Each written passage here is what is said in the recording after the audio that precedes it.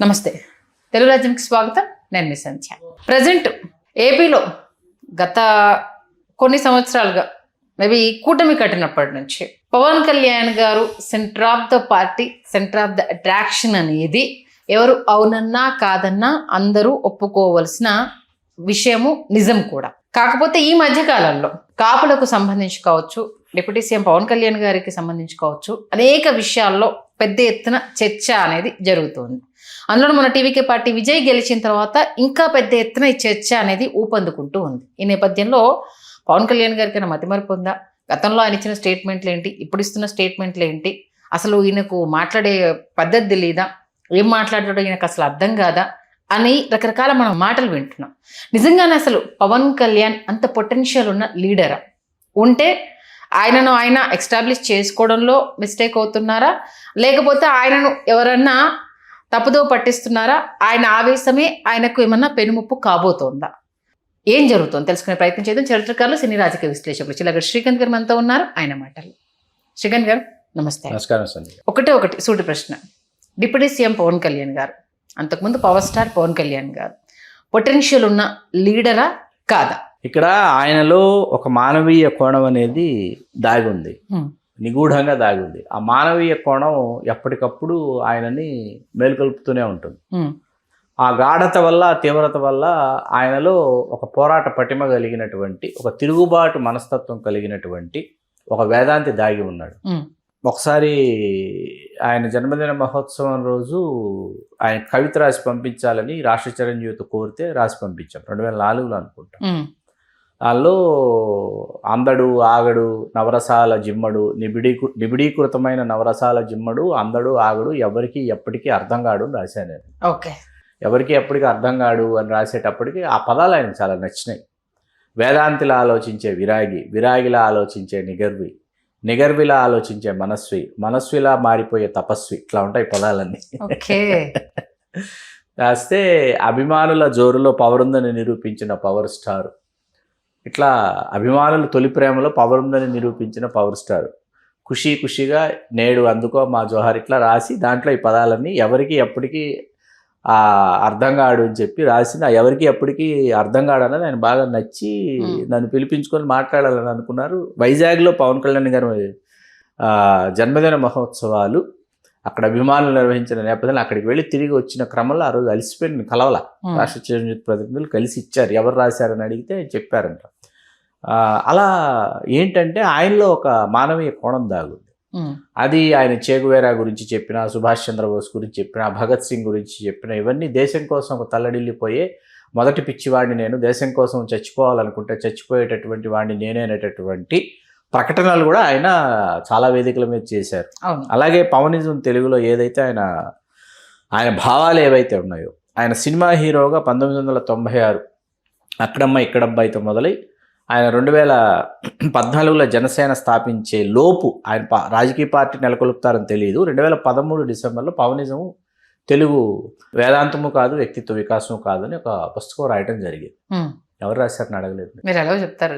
అడగలేదు మీరు, నేను ఎలాగో చెప్తానని మీరే అన్నారు. సరే, ఒక పుస్తకం రాసిన తర్వాత ఆ పుస్తకం మొత్తం ఆయన యొక్క తాత్విక చింతనని, ఆయన మానసిక పరివర్తనని చర్చించేటటువంటి పుస్తకం.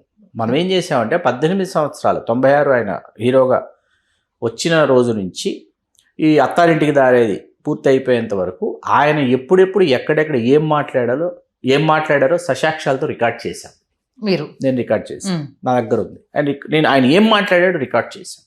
ఆయన అభిరుచులు కావచ్చు, ఆయన బాల్యంలో ఆయన యొక్క పరిణితి కావచ్చు, ఆయన చిన్నతనం నుంచి ఇంటర్మీడియట్ వరకు ఆయన అంత ఆరోగ్యంగా లేరు. ఆయన అంత ఆరోగ్యవంతుడు కాదు. ఆయన చాలా ఇబ్బందులు పడుతూ ఆస్తమానో న్యూమోనియానో ఆయన దేంతోనో చాలా కాలం బాధపడ్డాడు. ఆయన ఇంటర్మీడియట్ ఆయన పలుమార్లు విఆర్ కాలేజ్ నెల్లూరు ఆయన ఫెయిల్ కావడానికి కూడా ఆయన అనారోగ్యమే కారణం. అందరూ రకరకాల కారణాలు చెప్తారు. కానీ పుస్తకాల మీద ప్రేమ పవన్ కళ్యాణ్ గారికి నెల్లూరులో రమేష్ బుక్ స్టాల్లో రమేష్ అని అతను అట్లాస్ కొనడానికి వెళ్ళి ఆ రమేష్ అని అతని పరిచయంతో పుస్తకాలు కొంచెం అలవాటు అలా మొదలైంది పవన్ కళ్యాణ్ గారి. పుస్తకాలు నిజంగా ఆయన నేస్తాలయ్యాయి. నేస్తాలైన తర్వాత ఆయన విశ్వనాథ్ సత్యనారాయణ గారి హాహా హూహూ అవి ఉంటాయి, అవి అర్థం కాలే. 1000 పడగలు అసలు అర్థం కాలేదంట. అవన్నీ చదవటం మొదలుపెట్టాడు. అర్థం కాక కొమ్మూరి సాంబశివరావు గారి నవలలు, డిటెక్టివ్ నవలలు, మధుబాబు గారి డిటెక్టివ్ నవలలకు షిఫ్ట్ అయ్యాడు ఆయన. అంటే చదవాలి, ఏదో ఒకటి చదవాలండి. ఒకసారి ఒక సందర్భంలో ఎక్కడో సాహిత్య మిత్రులు అందరం కలిసినప్పుడు పుస్తకాలు చదివేటటువంటి అలవాటు గురించి ఒక చర్చ వచ్చింది. అది మా చిన్నతనం గురించో మా టీనేజ్ గురించో మాట్లాడుకుంటే ఏమవుతుందంటే, మరీ మా నాన్నగారు వాళ్ళ వరకు వెళ్లకుండా కనీసం దొంగచాటుగా పుస్తకాల మధ్య డిటెక్టివ్ సాహిత్యం, బూతు సాహిత్యం అయినా చదివేవాళ్ళం. పుస్తకం అనేది చదివేవాళ్ళం, ఏదో విధంగా ఏదో ఒక పుస్తకం. అసలు అలాంటిది పుస్తకాలు చదివే అలవాటే లేకుండా కొత్త తరం తయారవుతుందని చాలా ఆవేదన పడి బూతు సాహిత్యం అన్నా చదివేవాళ్ళు. పక్కన పెడితే పవన్ కళ్యాణ్ గారు అలా పుస్తకాలతో ఆయన తన ప్రయాణాన్ని మొదలుపెట్టి అస్మృత్యుంజయయాత్ర లాంటివి చదివి ఆయన తనను తాను నిర్మించుకున్నటువంటి ఒక వ్యక్తిత్వ సారథి. అక్కడి నుంచి ఏమైందంటే ఆయన సినిమాటోగ్రాఫర్ కావాలనుకున్నారు. సినిమాటోగ్రఫీ కోర్స్ చేయాలని, డైరెక్షన్ కోర్స్ చేయాలని ఈ నిర్ణయాలు తీసుకుని ఆ దిశగా ప్రయత్నాలు చేస్తూ వస్తున్నటువంటి సమయంలో అసలు పవన్ కళ్యాణ్ గారిలో నిగూఢంగా దాగి ఉన్న శక్తిని మొట్టమొదట గుర్తించిన వ్యక్తి వదిన గారు, శ్రీమతి సురేఖ గారు. నీలో ఏదో శక్తి ఉంది, నీలో ఏదో ఆకర్షణ ఉంది, దానిని నువ్వు వెలికి తీయాలంటే నీకు ఒక స్ఫూర్తి కావాలని చెప్పి ఆవిడ బ్రూస్లీ సినిమాలు అలవాటు చేశారు చూడటం. ఇంటర్మీడియట్ ఎప్పుడైతే ఫెయిల్ అయ్యారో, ఫెయిల్ అయిన తర్వాత వరుసగా ఫెయిల్ అవుతుంటే వెంకట్రావు గారు వీడి ఇక్కడ ఉంటే సరిగ్గా సరైన దారిలో పడేయట్లేరు. ఎందుకంటే నాగబాబు గారు అప్పటికి మన ఇది చేశారు, MA/LLB నాగబాబు గారు. పవన్ కళ్యాణ్ గారి సోదరి డాక్టర్ గారు మాధవి గారు ఏమో డాక్టర్, ఆవిడ BDS చేస్తున్నారు. విజయదుర్గ గారు ఇది ఆల్సో వెల్ ఎడ్యుకేటెడ్, సాయితేజ్ వాళ్ళ అమ్మగారు ఆవిడ పోస్ట్ గ్రాడ్యుయేట్, చిరంజీవి గారు BCom. ఇలాంటి పరిస్థితుల్లో పవన్ కళ్యాణ్ గారు ఇంటర్మీడియట్ ఫెయిల్ అనేది వెంకట్రావు గారికి అంతగా రుచించట్లా. వెంకట్రావు గారు ఏం చేశారంటే, వీడు ఇక్కడ ఉంటే వాడు ఒంటరిగా ఏకాంతంగా అలా ఉండిపోతున్నాడు, పెద్దబాబు ఏం చేద్దామంటే సురేఖ గారు నేను తీసుకెళ్ళిపోతానని ఆవిడ తీసుకెళ్ళిపోయారు. ఆవిడ చెన్నై తీసుకొచ్చి బ్రూస్లీ సినిమాలు అలవాటు చేశారు. ఆ బ్రూస్లీ సినిమాలు ఎప్పుడైతే చూడటం మొదలెట్టాడో ఆయనకి తన దిశ అర్థమైంది. నేను మార్షల్ ఆర్ట్స్ నేర్చుకోవాలని అక్కడి నుంచి మార్షల్ ఆర్ట్స్లోకి వచ్చారు. వచ్చి తనను తాను ఇంకా ఆయన మార్షల్ ఆర్ట్స్ నేర్చుకుంటున్నా సినిమాటోగ్రాఫరు, కెమెరా ఇదే తిరుగుతోంది ఆయనకి. కానీ లేదు, నీలో హీరో ఉన్నాడు, నువ్వు హీరో అవుతావు అని చెప్పింది సురేఖ గారే. అప్పుడు 1994లో చిరంజీవి గారి జన్మదినం ఏదైతుందో ఆగస్టు 22, ఆ రోజు వచ్చిన అభిమానులను చూసి, అన్నపూర్ణ 7 acres బిగ్ బాస్ ప్రారంభోత్సవం చిరంజీవి గారి బర్త్డే చూసి, అన్నయ్య హీరో కావడం వల్ల కదా ఇంతమంది అభిమానులు కేరింతలు కొడుతున్నారు, ఇక్కడ వదిన గారు చెప్పినట్టు నేను కూడా హీరో అవుదామని నిర్ణయించుకుని అలా వైజాగ్ సత్యానంద్ గారి దగ్గర పంపించి, సత్యానంద్ గారి దగ్గర మొట్టమొదటి స్టూడెంట్ పవన్ కళ్యాణ్ గారు. అంటే చిరంజీవి గారికి సత్యానంద్ గారు గుర్తొచ్చారు ఆ సమయంలో. వైజాగ్ సత్యానంద్ గారు అంత క్రితం చిరంజీవి గారి సినిమాల్లో నటించడము, అసిస్టెంట్ డైరెక్టర్గా, అసోసియేట్ డైరెక్టర్గా చేయడం ఏదో ఉంది. అలా వైజాగ్ పంపించడం, వైజాగ్లో ఆయన సత్యానంద్ గారి దగ్గర శిక్షణ తీసుకొని రావటం, హీరో కావడం, ఈ ట్రాన్స్ఫర్మేషన్ అంతా ఆయన హీరో, ఆయన స్టారు ఇవన్నీ అవతరించిన తర్వాత ఏంటంటే, ఎవరో అడిగారు తమ్ముడు సమయంలో మీరు ఎవరినో కొట్టారంట, ఫైటర్నో లేకపోతే డైరెక్షన్ డిపార్ట్మెంట్ వాళ్ళనో, ఎవరో ఒక ఇంటర్వ్యూలో ఆయన ప్రశ్నించారు. నేను కొట్టిన విషయమే బయటకు వచ్చిందా, మిగతా విషయాలు ఏమైనా బయటకు వచ్చినాయని అడిగారు. లేదు, మీరు కొట్టారంట ఆవేశపడిపోయి ఉంటే, అతను హీరోయిన్ పట్ల అనుచితంగా ప్రవర్తించాడు, నేను 1కి 2 సార్లు 3 సార్లు వార్న్ చేయడం జరిగింది, అతను వినిపించుకోవట్లా, ఆ సమయంలో నేను నా పేషెన్స్ని కోల్పోయి కొట్టాల్సి వచ్చిందని చెప్పారు. పవనిజం తెలుగు చేసిన తర్వాత, పవనిజం తెలుగులో ఆఖరణ మీకు గుంటూరు శేషేంద్ర శర్మ గారి కవిత పెట్టాను, రాశా.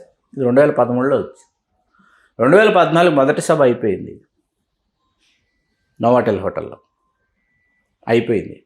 అయిపోయిన తర్వాత మీకు రెండో సభ వైజాగ్లో పెట్టారు. వైజాగ్ సభలో పవనిజంలో పొందుపరిచినటువంటి గుంటూరు శేషేంద్ర శర్మ గారి కవిత వేదిక మీద నుంచి పవన్ కళ్యాణ్ గారు వినిపించారు.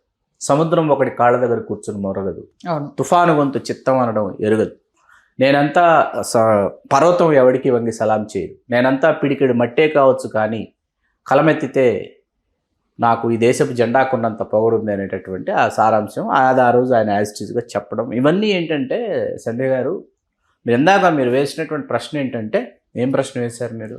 పవన్ కళ్యాణ్ గారిలో అంత పొటెన్షియాలిటీ ఉందా అని వేశారు మీరు.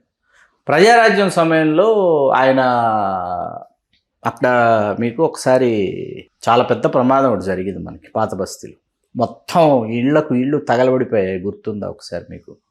ఇళ్ళకి ఇళ్ళన్నీ తగలబడిపోతే అక్కడికి పవన్ కళ్యాణ్ గారు వెళ్ళి ఆ బాధితుల్ని పరామర్శించి ఆయన చాలా చెల్లించిపోయినటువంటి సందర్భాలు ఉన్నాయి. అట్లాగే ప్రజారాజ్యం సమయంలోనే తెలంగాణలో ఒక చోట పర్యటనకు ఆయన వచ్చినప్పుడు మంచినీళ్ళు కూడా తాగడానికి మంచినీళ్ళు కూడా తెచ్చుకోలేనటువంటి స్థితిలో ఉన్నటువంటి ఒక ముసలవ్వను చూసి ఆయన చాలా చెల్లించిపోయి ఆయన ఆవిడకి మంచినీళ్ళు అందించే ఏర్పాటు అవన్నీ ఆయన సొంత ఖర్చులతో ఆయన చేయటం, ఇదంతా ఏంటంటే ఇదంతా మానవత్వంతో కూడినటువంటి వ్యవహారం.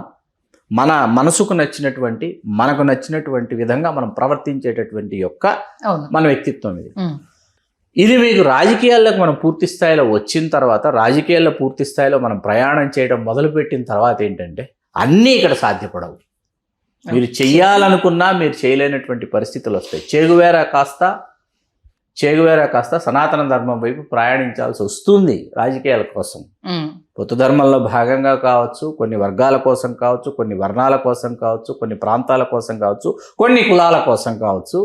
మీకు ఇష్టం ఉన్నా ఇష్టం లేకపోయినా, నచ్చినా నచ్చకపోయినా కూడా మీరు మరొక ధర్మం వైపు, మరొక లక్ష్యం వైపు, మరొక వాదం వైపు మీరు ప్రయాణం చేయాల్సి వస్తుంది. ఆ చేసేటటువంటి క్రమంలో మనలో ఒక అంతఃసంఘర్షణ ఉంటుంది.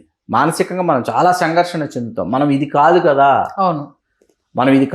అనుకున్నాం. కక్షల మార్పిడి అంటారు. ప్రయారిటీస్ చేంజ్ అవుతూ వస్తాయి. ఒక కక్షలో నుంచి ఇంకొక కక్షలోకి మనం వెళ్ళేటప్పుడు మారేటప్పుడు ఏమైపోతుందంటే మన గతంలో మనం ప్రయాణం చేసి మనం ప్రవర్తించినటువంటి మన వ్యక్తిత్వం తాలూకు యొక్క తీవ్రత ఏదైతే ఉంటుందో అది మిమ్మల్ని వెంటాడుతుంది. నువ్వు కాదు ఇది నేను వేలెత్తి ప్రశ్నిస్తూ ఉంటుంది అన్నమాట.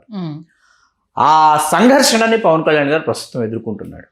రాజకీయంగా కావచ్చు, సామాజికంగా కావచ్చు, మానసికంగా కావచ్చు, ఇటువంటి ఒక సంఘర్షణ వలయంలో ప్రస్తుతం ఆయన చిక్కుబడిపోయి ఉన్నాడు. ఆయన అంటే ఎందుకు ఈ ప్రశ్న అడగాల్సి వచ్చింది అంటే అనేక సందర్భాల్లో స్టేజ్ల పైన కొన్ని స్టేట్మెంట్స్, సరే అది ఆలాపనగా చేశారా, ఆ సందర్భంలో ఆయనకు అనిపించింది చెప్పారా, ఆయన స్టడీ గురించి కావచ్చు, మొన్న 2019లో దానికి చేసిన కామెంట్స్, మన కులం నుంచి ఎవరూ లేరు, నాకు సపోర్ట్గా నిలవండి, అవి చూపిస్తాను అనడం కావచ్చు, మొన్న రీసెంట్గా చేసిన ఇన్సిడెంట్లో అసలు నాకు ఆ కులం అవసరం లేదు, నేను సీఎం అవ్వాలని అనుకోలేదు అనేసి ఆయన చేసిన కామెంట్స్ కావచ్చు, తెలియకుండానే కొన్ని సందర్భాల్లో ఆయన చేసిన కామెంట్స్ను అప్పుడు అంటూ పెడుతున్న సందర్భంలో ఆయన ఎమోషనల్ గురైపోయి ఎప్పుడు ఏం మాట్లాడుతున్నారో తెలియకుండా మాట్లాడుతున్నారని అనుకోవాలా, లేకపోతే తెలియకుండా నేను లోపల ఏదైనా బాధ దాగుండి అది ఎలా ఎక్స్ప్రెస్ చేయాలో తెలియకనా, లేకపోతే ఆయనకు వెనుకుండి దిశానిర్దేశం చేసే వాళ్ళు కరెక్ట్ వేలో లేకపోవడం వల్ల ఈ కన్వే అనేది జరుగుతుందా అనేది. ఎందుకంటే చెప్పిన దాంట్లో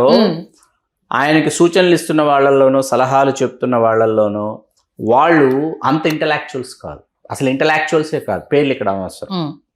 అందరికీ అయాచితంగానో సునాయాసంగానో పవన్ కళ్యాణ్ గారి దగ్గర వాళ్ళ స్థాయిల్ని వాళ్ళ స్థానాల్ని భద్రపరుచుకున్నటువంటి వాళ్ళు ఇక్కడ చాలా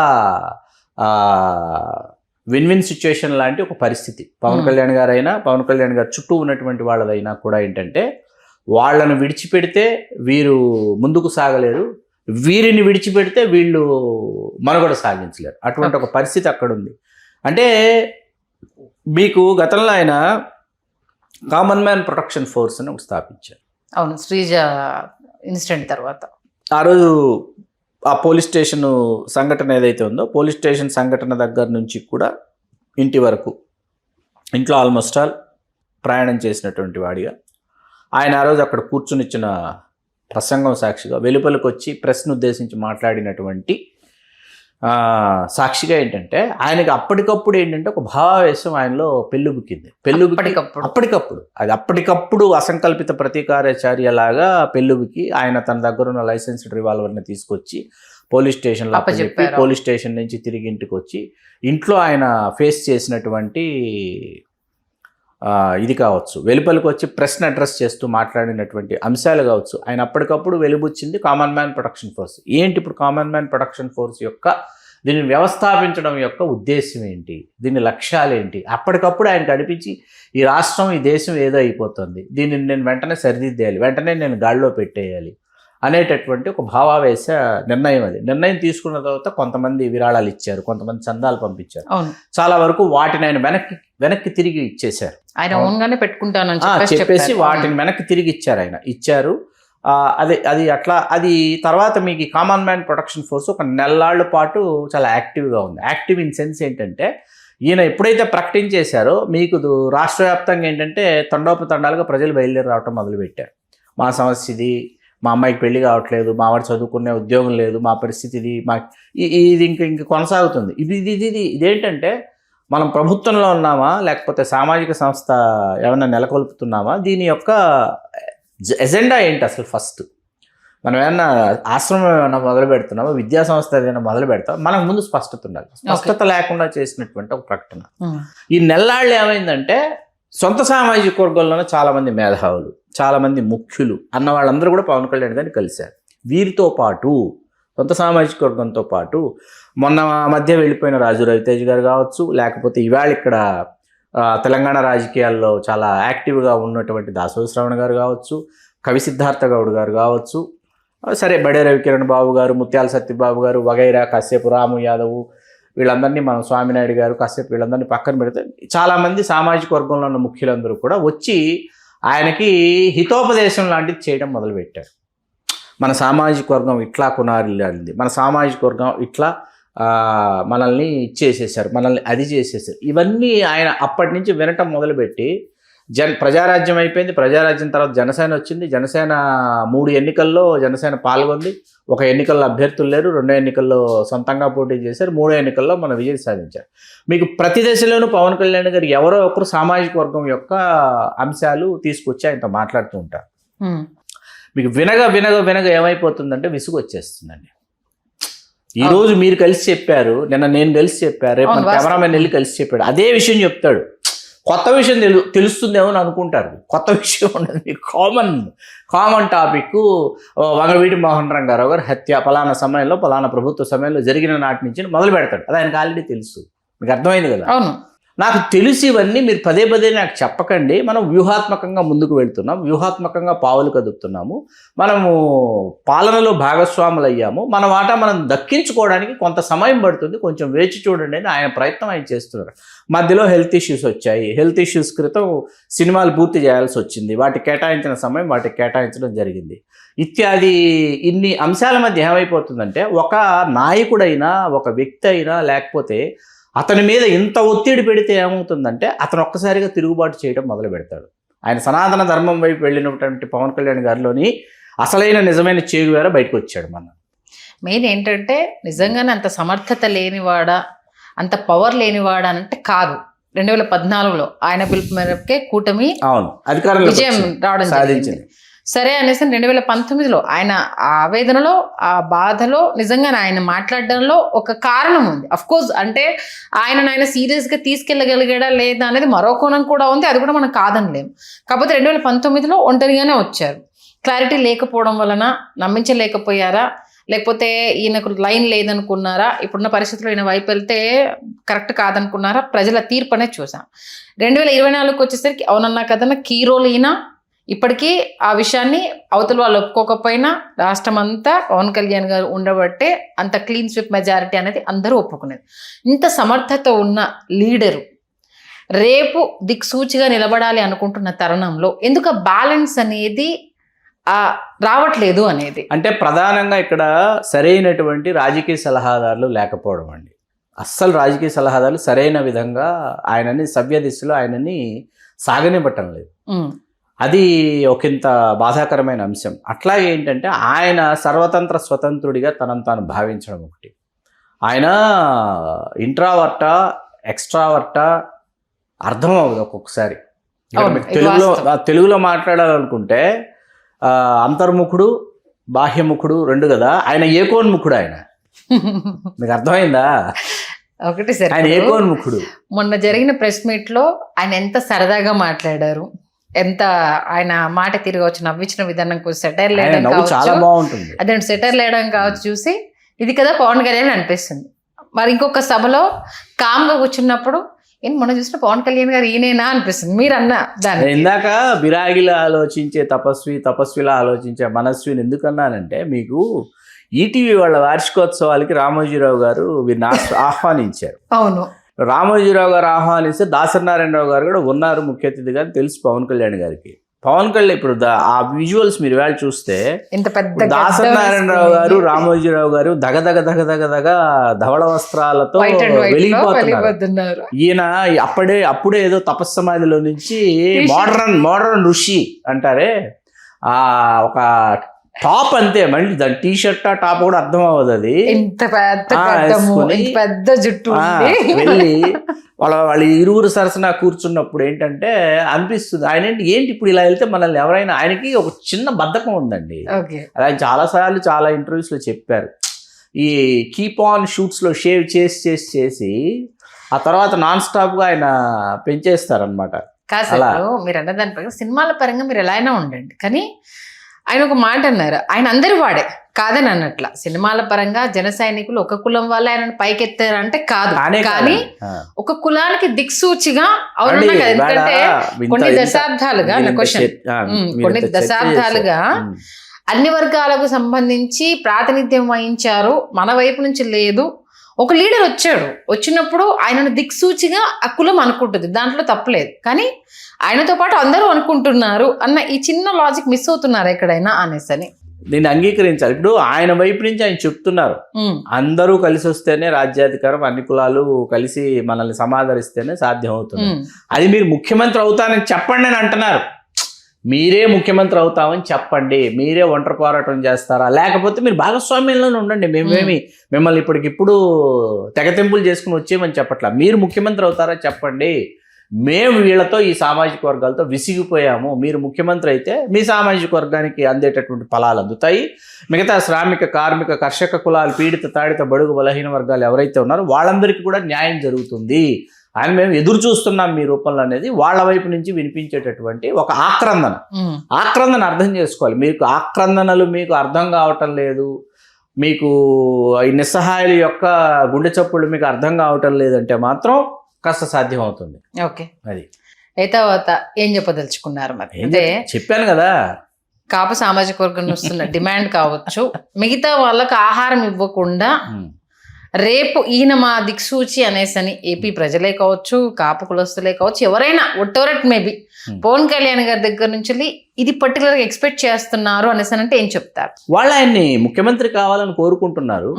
వారు ముఖ్యమంత్రి అయితే సామాజిక వర్గానికి ఖచ్చితంగా తలెగరేసుకుని పొగరుగా మేము మావాడు ముఖ్యమంత్రి అయ్యాడని చెప్పాలని వాళ్ళు అనుకుంటున్నారు. ఓన్లీ ఒక్క ఇంటెన్షన్ సీరియస్లీ అయితే ఖచ్చితంగా, అంటే నాట్ ఓన్లీ దట్ ఇంటెన్షన్ అండి, ఇది జరిగింది చెప్పుకోవడం, అసాధ్యం అన్నది సుసాధ్యమైందని చూపించుకోవాలి, చెప్పుకోవాలి, గర్వంగా భావించాలి అనేటటువంటి భావన అన్ని వయసుల వాళ్ళలో, అన్ని స్థాయిల వాళ్ళలో ఈ సామాజిక వర్గంలో ఉంది. వాళ్ళు ఈ సామాజిక వర్గం మిగతా సామాజిక వర్గాలకి శత్రువు కాదు, మిగతా సామాజిక వర్గాలను ద్వేషించడము లేదు. అంతే కదా, ఆయా ప్రాంతాల్లో ఆయా సమయాల్లో ఒక్కొక్క నియోజకవర్గంలో ఒక్కొక్క జిల్లాలో ఒక్కొక్క సామాజిక వర్గంతో వీళ్ళకి ఉంటుంది, ఉండదని కాదు. కానీ అదిగో కాలేదు, మీరెవరు కాలేరు, మీవాడు కాడు అన్నది ఇదిగో మావాడు అయ్యాడని చెప్పుకోవాలి. మేము గుండె నిండుగా ఆ పొగరుతో మేము తలెత్తుకుని తిరగాలని ఈ జాతి భావిస్తుంది. దాంతో పాటుగా ఒక ఫుల్ టైం పొలిటీషియన్ గా కూడా ఆయన చూడాలని చాలా మంది ఎక్స్పెక్ట్ చేస్తున్నారు, ఒక బ్యాలెన్స్డ్ పొలిటీషియన్. ఎందుకంటే ఆయన ఎంత పొద్దుస్తమానం ఊగిపోతారని ఆవేశం వస్తుంటే, నిజాయితీ ఉన్న వాడి దగ్గర ఆవేశం ఉంటుంది. అవునన్నా కాదన్నా ఇది అందరూ యాక్సెప్ట్ చేయాలి. అదొక సెక్షన్ ఆఫ్ పీపుల్ నచ్చింది, ఆయన అలా ఊగిపోవడం అనేది ఒక సెక్షన్ ఆఫ్ పీపుల్ నచ్చింది. వాస్తవానికి పొలిటీషియన్ కన్నా ముందు బిఫోర్ ఆయన యాక్టర్, అది ఆయన సినిమాల్లో చూసిన దాన్ని కాదని ఇంకో రకంగా ప్రజెంట్ చేసినా కూడా చూసే జనాలు యాక్సెప్ట్ చేయరు. ఫస్ట్ థింగ్ నిన్న మహానాడు నిన్న జరిగింది. నిన్న మహానాడు సందర్భంగా ఒక అరుదైనటువంటి వీడియో ఒకటి రామారావు గారిది షేర్ చేశారు. సాంఘిక మాధ్యమాలు కుదిపేసిన వీడియో. నేను ఎంత ఎంజాయ్ చేశానో మీ ఊహలకు అందదు ఆ వీడియో. ముఖ్యమంత్రి హోదాలో కాషాయాంబరధారి అయినటువంటి ఎన్టీ రామారావు గారు, బాగా వినండి, కాషాయాంబరధారి అయినటువంటి నందమూరి తారక రామారావు గారు ముఖ్యమంత్రి హోదాలో మహానాడు జరుగుతుంటే వేదిక మీద జానపద నృత్యం చేశారు. ఆయన జానపద కళాకారులతో కలిసి అద్భుతంగా జానపద నృత్యం చేశారు. ఎందుకంటే ఆయనలో కళాకారుడు వెలుపలికి వచ్చేసాడు. ముఖ్యమంత్రి అనే విషయం మర్చిపోయాడు. ఆయన మర్చిపోయి ఆయనలోని కళాకారుడు వెలుపలికి వచ్చేసి అక్కడ చిందేశాడు అనమాట రామారావు గారు. అలా మీరు ఇందాక చెప్పింది దానికి మనం కనెక్ట్ చేసుకోవచ్చు ఒకదానికొకటి. ఎందుకంటే ఆయన కూటమి జతగా ఉండాలి అనేసి ఎంత కోరుకుంటున్నారో, ఎక్కడో ఇది మిస్కమ్యూనికేట్ అవుతుంది, దీన్ని కరెక్ట్ గా బ్యాలెన్స్ చేయలేకపోతున్నారని ఆయన అభిమానించే వాళ్ళు కావచ్చు, ఆయనను అమితంగా ప్రేమించే జన సైనికులు కావచ్చు కోరుతున్నది. మెయిన్ ఏదో మిస్ అవుతుంది గురువుగారు, ఇది మీరు తెలుసుకోవాలి అన్న ఒక మెసేజ్ ఇస్తూ ఉన్నా ఆయన దాకా అది నెగిటివ్ పోర్ట్రేట్ అవుతుందా, అవతల ప్రతిపక్షానికి అది ఆహారం అవుతుందా తెలియట్లేదు. అందుకే అన్నాను అసలు ఆయన పొటెన్షియాలిటీ ఉన్న లీడర్ అనేసి అని అడిగింది. ప్రతిపక్షాలకు అది విందు భోజనం అండి. నాకు ప్రతిపక్షాలు ఏంటంటే పట్టి చూస్తారు కాబట్టి ప్రతిపక్షాలు ఖచ్చితంగా దానిని వాళ్ళు అడ్వాంటేజ్ గా తీసుకుంటారు. నాకు మీరు స్ట్రైట్ ఆన్సర్ అయితే ఇవ్వలేదు. ఇంత పొటెన్షియాలిటీ ఉన్న లీడరా కాదా? కాలమే సమాధానం చెప్తుంది. ఓకే, నేను చూసిన నుంచి ధన్యవాదాలు శ్రీ. ధన్యవాదాలు సండి గారు. హలో, తెలుగు రాజ్యం ఛానల్ చూస్తున్నారా? సామాజిక రాజకీయ జీవన చిత్రణే తెలుగు రాజ్యం. అతిశయోక్తులు అసత్యాలు ఉండవు. రాజకీయ కోణం కాదు, ప్రజా కోణమే కొలబద్ద. తెలుగు రాజ్యం వీక్షణ మీ ఉత్తమ అభిరుచికి నిదర్శనం.